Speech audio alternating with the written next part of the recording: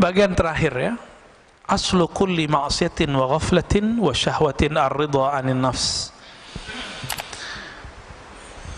Kenapa ada maksiat?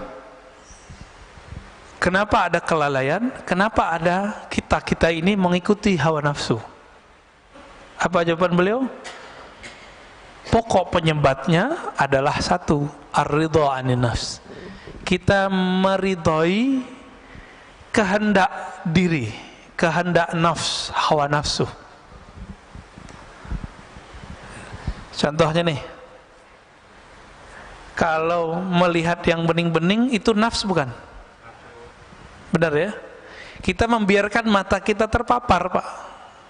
Ya sama aja, mau ustadz ke ustadz sama aja, pendeta nggak pendeta sama, Pak. Biksu nggak biksu sama. Mau dia vegetarian, mau dia makan daging sama. Jadi jangan dikira orang vegetarian nafsunya rendah, enggak. Orang nggak bernafsu ya nggak makan. Ya nggak makan gimana tuh? Ya puasa terus dia tiap hari. Tapi tunggu dulu, kalau puasanya puasa Daud, itu nafsunya masih bisa besar, Pak. Makanya Nabiullah Daud istrinya 100. Gundiknya kita nggak tahu berapa. Kan raja. Istri resminya berapa? 100. Budak-budaknya lebih banyak. Nabiullah Daud. Itu puasa Daud loh. Jadi beberapa kiai di Jawa itu menemukan ternyata obat kuat alami itu namanya puasa Daud. Jadi kalau cuma puasa Daud itu bukan melemahkan syahwat, justru syahwatnya tambah kenceng ntar. Ya. Nabi Daud karena tahu dia tambah kenceng, ini ya nikah lagi. Coba kita kan di Indonesia susah mau nikah lagi, Pak. Curhat curcol ya. Itu Pak Mirwan tuh yang curcol tuh, bukan saya ya.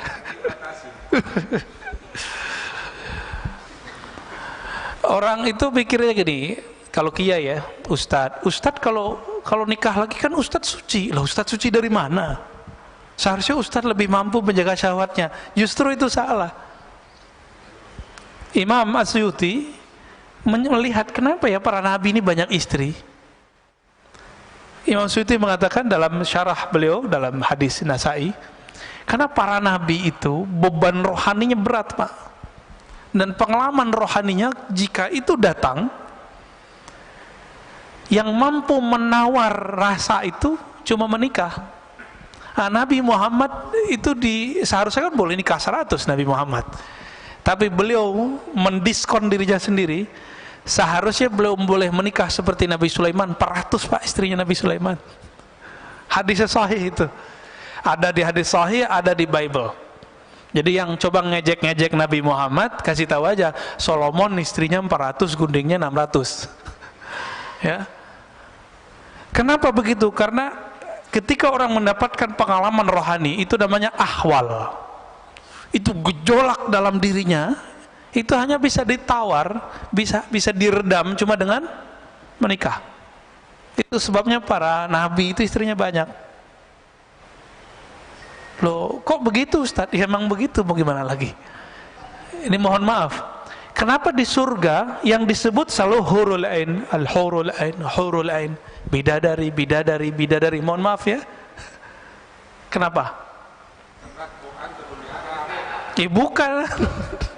Kalau Quran turun di Arab, ya bukan, Pak. Quran turun di bumi, sama, mau di Arab mau di mana sama. Pak Mirwan ditaruh gadis depan masih minat loh, walaupun sudah umur berapa? 67 masih minat itu. Tuh tandanya. Kalau kuat kan nggak tutup mata. Kenapa? Iming-imingan surga itu selalu bidadari. Syahwat kan urusannya.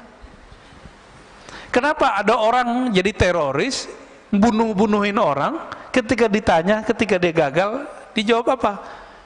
Saya mau menikahi 72 bidadari. Kita cek hadisnya, hadis Imam Tirmizi, hadisnya sahih, Pak. 72 urusan, mohon maaf, urusan syahwat doang dia harus bunuh seorang.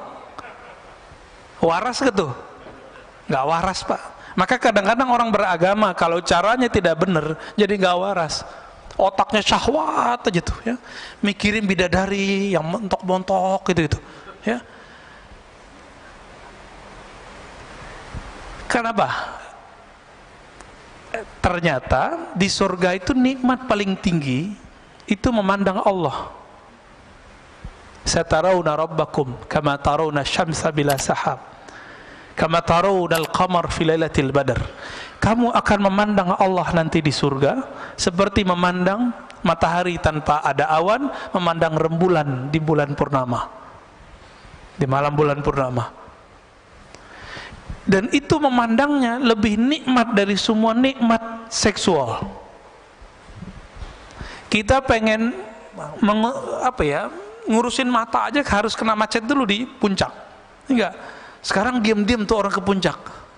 Ya biar enggak di swab, enggak antigen. Bener enggak? Diam-diam mau ngurusin mata ini doang. Jadi mata ini senang yang indah, dan Allah itu maha indah. Innallaha jamil yuhibbul jamal. Allah itu maha indah. Keindahan Allah Subhanahu wa taala itu tidak bisa diakses oleh sembarang orang.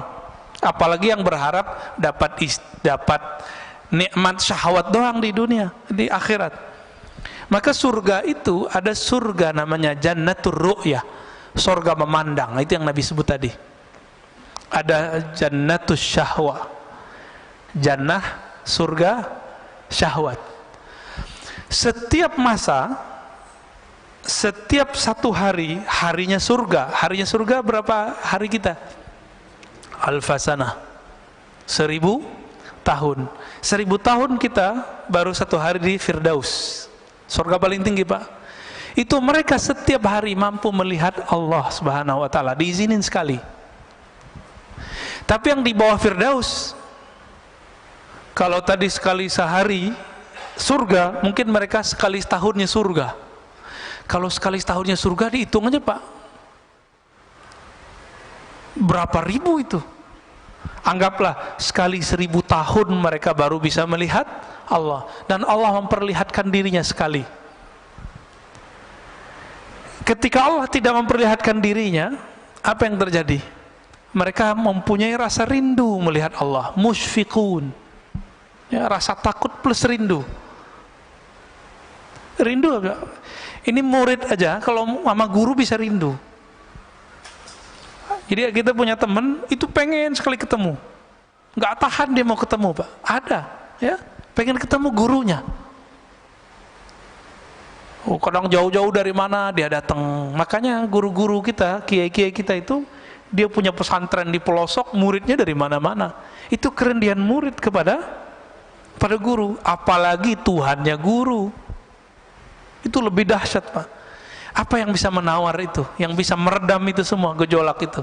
Itu hanya nikmat syahwat. Maka dikasihlah 72 bidadari. Itu mah kecil, Pak, terlalu sedikit 72 itu.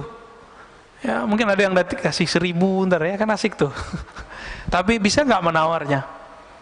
Dia hanya sesaat. Makanya ahli surga itu nanti mencari ilmu ma'rifatullah lagi kalau dimasuk surga. Mumpung masih di dunia, cari, Pak, ilmu ma'rifatullah sekarang. Jangan cuma ilmu zahir doang yang dicari. Cari ilmu ma'rifatullah. Saya lagi belajar zikir. Zikir beda dengan ilmu ma'rifatullah. Zikir itu cara mendekat. Kalau ma'rifat itu keilmuan, masuknya ke alam rohani. Nah, cari ilmu itu mumpung masih dunia. Tapi hati-hati, sekarang di YouTube banyak yang begitu, nggak usah dipercaya, ya. Sekarang di YouTube tuh banyak yang ngaku-ngaku kajian-kajian ini, kajian Nur Muhammad, kajian, ada yang benar, ada yang enggak, Pak, ya. Kajian rasa, ijazah zikir, ini di mana-mana. Ini bulan ini memang saya berkali-kali, karena kita dengar, kita lihat ada orang ngamalin ijazah zikir dalam YouTube, sekarang sudah menjadi gila. Nggak jelas, Pak, untuk ujungnya kemana, ya. Ada yang udah mati juga ada, ya. Nauzubillah min dzalik. Jadi orang waras lebih enak, ya. Zikir kalau nggak ketemu sama gurunya nggak usah diamalin. Saya bisa download, Ustaz, ya nggak usah, biarin itu. Harus ketemu gurunya, dapat ijazahnya. Kalau nggak usah diamalin, ya. Udah amalin aja yang dulu dapat. Gimana, Pak Mirwan? Udah. Kita tutup dengan kalimat setelahnya, ya.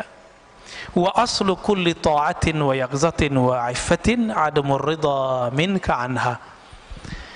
Adapun ketaatan asalnya bukan pada ridha pada syahwat tadi, tapi kebalikan itu, tidak meridhoi syahwat kita.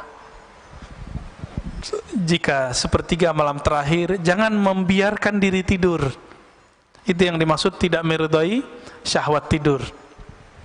Kita makan nih, enak, cukup satu kali nambah lah, jangan terus nambah lagi. Nah itu sudah mulai masuk dia itu. Jangan-jangan makannya nggak pakai basmalah ya. Nanti modus, Ustadz kasihan mubazir, nah, itu lain cerita tuh ya. Mubazir kata teman setan, nah, itu lain cerita ntar. Jadi Imam Nu'tailah memberikan oleh-oleh bagi kita supaya kita lebih mengenal diri, sehingga kenal Allah, maka ketahuilah aib diri. Keluarlah dari sifat-sifat manusiawi yang rendah dan kita mengambil jalan ruhani yang tinggi. Dan ditutup oleh beliau bahwa ketaatan dimulai dengan tidak meridhoi hawa nafsu, sedangkan kemaksiatan, kelalaian dimulai dari meridhoi hawa nafsu. Semoga Allah membimbing kita ke jalannya. Amin ya rabbal alamin.